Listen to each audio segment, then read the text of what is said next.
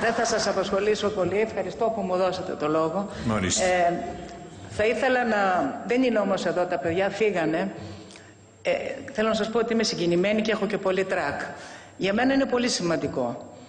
Ήθελα να πω στα παιδιά αυτά που ήταν εδώ πριν από τον Τύρναβο, από την πατρίδα μου την ιδιαίτερη, είμαι από τη Λάρισα, ότι το ότι είμαι εγώ αυτή τη στιγμή εδώ είναι ένα μήνυμα και μια ελπίδα για τα νέα παιδιά.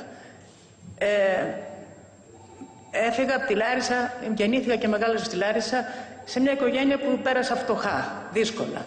Και έφτασα εδώ, θέλω να σας πω, με τις δικές μου δυνάμεις, έντιμα και καθαρά. Είναι μεγάλη τιμή για μένα και απευθύνουμε σε όλους τους νέους και σε αυτούς που μας ακούνε ίσως να ξέρουν ότι υπάρχει ελπίδα. Υπάρχει ελπίδα όταν είσαι έντιμος, καθαρός και δουλεύεις σκληρά. Εμείς ευχαριστούμε την παρουσία σας στο βήμα, κυρία Βαγιανά. Ευχαριστώ πολύ. Βέβαια, όταν βλέπεις τη δουλειά αυτή, χρόνων δουλειά, πάλι θα το ξαναπώ έντιμα, να έρχεται μια στιγμή που φτάνεις να είσαι συνταξιούχος και δεν μπορείς να ζήσεις από αυτή τη σύνταξη, εδώ είναι η πικρή στιγμή. Παρακολουθώ αυτές τις μέρες, έτσι προσεκτικά όσο βρέθηκα για να δω τι γίνεται, κυρίως τα δύο μεγάλα κόμματα να προσπαθούν να ρίξουν τις ευθύνες το ένα στο άλλο, λες και αυτό είναι τώρα. Πότε τι έγινε το 2008 ή το 2009 ή τι έγινε. Ξέρετε τι γίνεται. Είναι σαν να παίζετε ένα έργο εδώ μέσα, άλλο, παράλληλο και άσχετο με το έργο που παίζετε έξω. Στην κοινωνία, στον κόσμο παίζετε ένα έργο που είναι σαν να μην αφορά τα κόμματα. Μιλάω έτσι γιατί είμαι πολύ φρέσκια και μπορώ ακόμα ευτυχώς να μιλάω με τον τρόπο που θα μιλούσα στη γειτονιά μου και στον δρόμο μου. Σαν να μην το αφορά. Σαν είναι μια άλλη ζωή αυτή. Ξέρετε τι ζωή παίζεται έξω. Τι ζει ο κόσμος. Εδώ γίνεται ένα άλλο πράγμα. Ακούει ο κόσμος έκπληκτος, εκατομμύρια να φεύγουν, να έρχονται, να πάνε σε λογαριασμούς. Από πού φύγαν αυτά τα εκατομμύρια? Ποιος θα μας πει? Πού είναι αυτά τα εκατομμύρια που φύγανε? Δεν φύγανε πάντως από τους ανθρώπους που δούλεψαν έντιμα, καθαρά και σκληρά αυτά τα χρόνια και φτάσαν σε μια ηλικία 65 χρονών και δεν μπορούν να ζήσουνε. Πού είναι αυτά τα εκατομμύρια? Ας έρθουν λίγα από αυτά πίσω. Αυτό θέλει ο κόσμος αυτή τη στιγμή. Έστω και ένα από αυτούς τους ανθρώπους. Πέστε μας. Όχι, ο άλλος τα έβγαλε νόμιμα γιατί ήταν επιχείρηση, ο άλλος τα έβγαλε δεν ξέρω γιατί. Λοιπόν, εγώ έχω μία μικρή επιχείρηση, θεατρική, μικρή. Χρόνια τα καταφέρνω.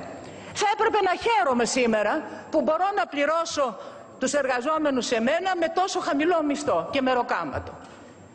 Δεν χαίρομαι όμως, γιατί ξέρω, και αυτό είναι απλή οικονομία. Εγώ δεν ξέρω πολλά οικονομικά, ξέρω όμως αυτό. Αυτό είναι απλή οικονομία. Ότι ο κόσμος που έρχεται να με δει, το κοινό μου, το απλό κοινό, δεν θα έχει να πληρώσει εισιτήριο. Λοιπόν, θα ωφεληθώ εγώ 200 ευρώ το μήνα, ας πούμε, από ένα μισθό, όταν δεν θα έρχεται, μπορεί κανείς να έρχεται να με βλέπει? Εγώ νομίζω ότι αυτή είναι η οικονομία, τα απλά οικονομικά που πρέπει να σκεφτούν όλοι. Ύστερα ακούω συνέχεια για ανάπτυξη και ανάπτυξη. Εδώ ο πρόεδρος της Νέας Δημοκρατίας προηγουμένως έλεγε συνεχώς και όλοι οι άλλοι. Ποια ανάπτυξη? Σε ποια πόλη? Σε ποια ρηγμαγμένη Ελλάδα και σε ποια ρηγμαγμένη Αθήνα? Εγώ κατοικώ και εργάζομαι στο μεταξουργείο. Έρχομαι με τα πόδια σχεδόν κάθε μέρα, εδώ, από το μεταξουργείο εδώ. Περπατήστε σας παρακαλώ μια μέρα. Κατεβείτε από την μέση της Πανεπιστημίου και της Σταδίου προς τα κάτω. Με τα πόδια. Αφήστε τα αυτοκίνητα και ελάτε μια μέρα με τα πόδια να δείτε την Αθήνα που ντρεπόμαστε. Βλέπουμε τους τουρίστες στις ιστορικές γειτονιές της Αθήνας, στο μεταξουργείο, στον Κεραμικό, σε όλες τις γειτονιές, στα Πατήσια, στην Κυψέλη, και ντρέπομαι όταν βλέπω τουρίστες. Πού τους καλούμε να έρθουνε?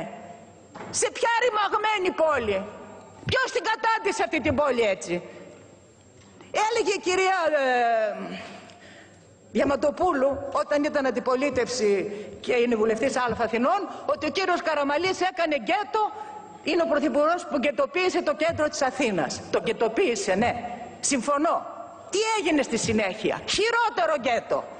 Γκέτο πώλησης ναρκωτικών, διακίνησης ναρκωτικών και κάθε είδους παρανομίας.